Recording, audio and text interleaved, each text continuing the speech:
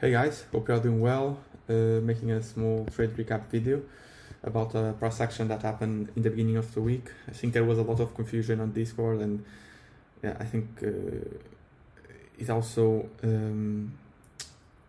it was a lot of confusion. So I thought it could be interesting to go through this price action and show you the reasons why I took the long. That was a win, and also took a few losses, and there are lessons on that losses as well. So I think it could be interesting to share with you guys. So on the daily time frame, the idea for me is that it's very simple. We are bearish, right? We have this move down. Price internally is bullish, putting these high highs and high lows internally. Basically just putting the complex pullback of this bearish leg, right? These internal high highs and high lows, making the pullback of this bearish leg.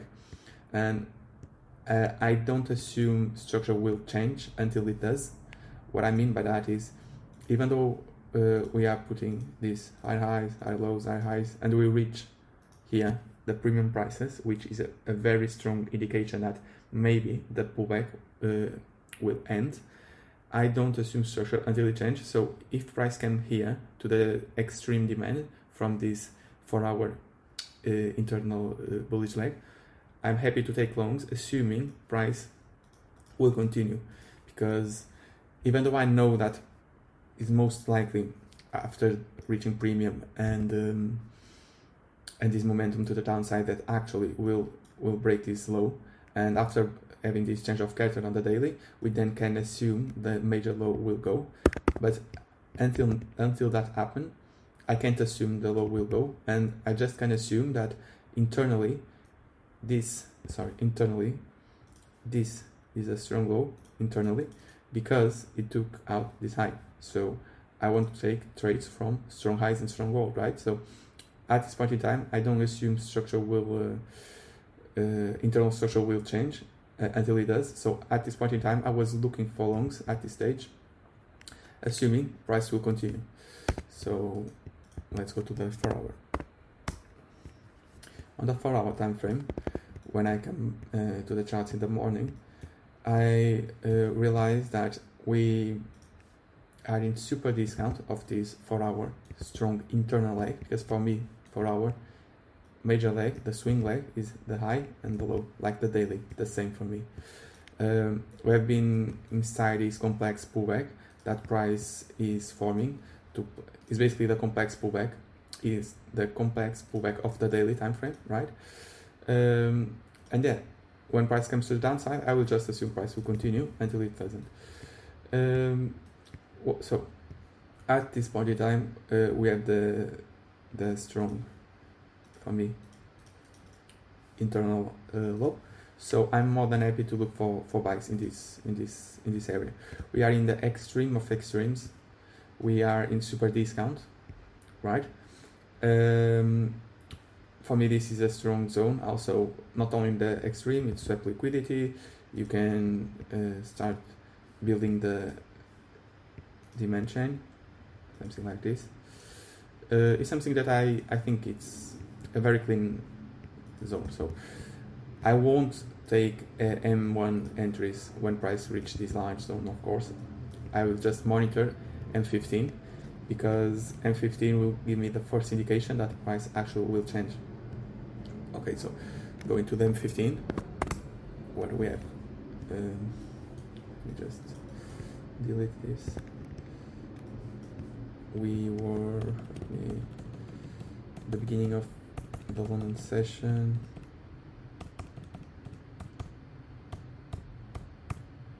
Okay. What happened here? We are bearish on M15, right? But you need to realize that for price to pull back to the 4-hour demand extreme, no way M15 will stay bullish, right? So M15 still will become bearish to facilitate the pullback, right? To reach the 4-hour extreme. And now I'm expecting two things. Or M15 holds and we continue the bearish momentum, right? To take out the low, because we already know we reach daily premium prices, etc. Or actually the M15 will both bullish, sorry, and we now start the move to the upside. At this point in time, I look left here to justify this reaction, and I know there are can be confusion here, but I basically use the sell to buy. That gets engulfed. So for me, this 25 minutes candle very clean here. So you can see you don't need to click through time frames and change the time frames. You can see the range if you want to use just one time frame, something like this. So you're basically using the entire range to justify this reaction. So on M15, when I saw this change of character here, when I saw this change of character, I look left to justify the reaction. And for me, when I look left here, I personally I don't like too much this area. Price is not reacting to anything unless you justify by the distal, right? The distal of this large range. So for me, price is not reacting to anything very significant. Also, price never reached the EQ, right? You can see. So this change of character bearish, even though the idea that I show you is something like after the drop here, we can target this low because we have a shift here in order flow and the low will go. We also need to understand that when this shock happen in bad areas of value, which means not in premium prices or not rejecting anything significant, this change of character can indicate that price can likely just be making a deeper reaction to, sorry, a deeper mitigation. And when we have chalk bullies again, this high becomes weak, and the objective, which is mitigating something significant in the first place, that was not met here. After the chalk bullish that we had here, this high becomes weak because it failed to take out the low. So I'm expecting price to actually move to the upside and mitigate something important, right? Something significant. Shocks are only important in good areas of value because shocks just indicates price is pulling back, nothing more. However, we understand using premium versus discount, mitigations, supply and demand, all that stuff, that when you reach good area of value and they have a change of character, probably the pullback, right, is over. Again, the pullback is over, and after the change of character, we can take out the low. However, when you reach, for example, something at super discount, never mitigate something significant, this does not. You can still take the sell because sometimes, especially with continuations, price can just follow through. So it's more about taking the sell here, but understanding that price can just mitigate something deeper here. And if you have something like another change of character, this high failed to take out the low, so this high become weak, and eventually price will reach the good area of value and give you the change of character again. So basically that. More than that, I also really like the way that we have this. It's not the best way actually, but I like the way that we can have here trendline liquidity to touch it as well. We didn't have any type of choke in this leg, so for me, this is all internal. But like, it's just I just use as choke because otherwise it can be confusing. So yeah, for me, just choke. Yeah, so after the change of character to the upside, building the idea that we are in super extreme, building the idea that I don't assume structural until it changes. So I was looking to get the buy from here, even though I know that price can be just putting a small pullback to then go to the downside, because I'm trading from a strong internal low. Longs for me make sense. Plus I'm in super discount and an extreme. So going back to M15, after this change of character here, you can mark, for example, if you want this M15 demand, but I personally did not mark that. So I just went to the M1 because my idea now is to look for longs, right? To target this high, because this high never broke swing structure, and after the change of character it became weak. So it's all about weak legs and strong legs. After this change of character here, right, you have a few things. To be honest, when I'm not sure, the best thing you can do is taking the extreme when you are not sure which one will hold, because extremes are if price reach here, or it will hold or it doesn't, right? If it doesn't, the idea is incorrect. But to be honest, I was not sure. I was not sure between this one or this one, because if you follow the mitigations, we have here the move down, right? This move down already mitigates this entire range, right? And we have the pop to the upside. We mitigate again, we swap liquidity, and then we move to the upside. So for me, even though price react to the downside, to the extreme, I was more inclined to take this one. And in this price action, the beauty of M1 is that if you use 2 pip stop loss, like we advise, you can use something like, I'm not sure, okay, I will cover the low. And in this situation, you cover if price goes from here or from here, you can cover. You don't need to be like trying to have 1 pip stop loss and taking multiple losses. If you are a little bit more advanced, yes, you can consider that, because you are a little bit more accurate. But yeah, I personally took 1 loss, 1 break even, and the win in the end. But using M1 price action, very simple. You use 2 pip stop loss, you can cover, and yeah, you basically get tagged in or here, it doesn't matter.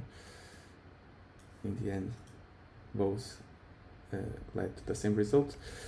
Then if you go to the M15 time frame, I was looking for continuations, because I was very confident price will reach here. So I don't want to just take this buy. I'm happy to scale in my position, because you can make serious percentage by doing that. So I'm aware that after sweep this high, what do we have? After the chalk, you have M15 pullback, and the same applies here. After the sweep of external range liquidity, after sweep this high, we have M15 pullback, right? So I don't want to keep following M1 after the sweep of external range liquidity, because I'm expecting a pullback on this time frame. This is on M15. After this sweep, I'm expecting an M15 pullback. So I don't want to keep following M1, regardless the setup being there or not, because a lot of the times price just use this most recent range as internal range liquidity that is needed to facilitate the pullback.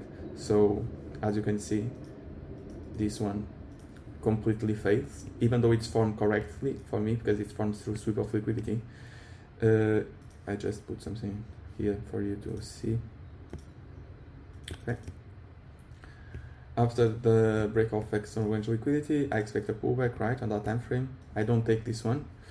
To be honest, I don't like this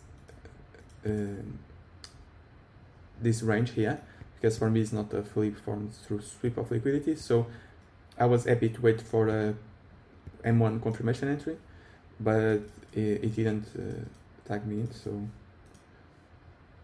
I missed this trade, and price continue going to the upside.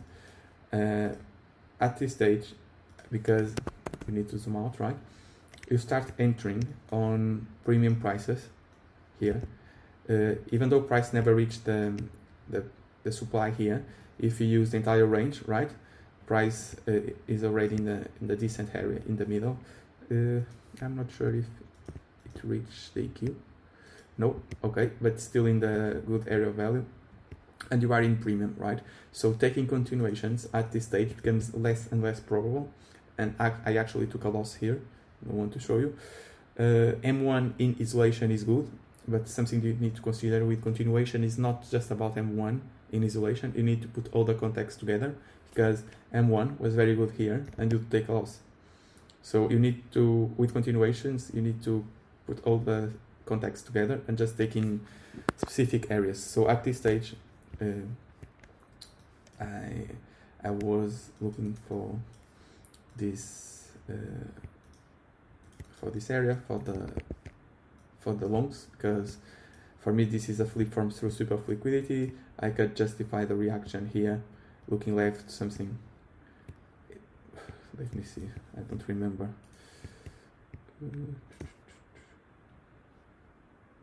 Okay, we have this. You can see this small, just something to justify the reaction. And if I look left, you have here, price is, we have here the move up, the move down, price broke the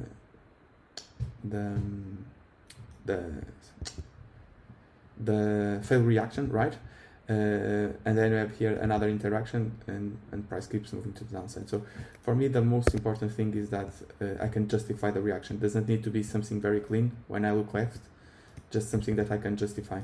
So for me, that was a clean just interaction. So for me, this is a flip from through sweep of liquidity. I'm happy to take a long.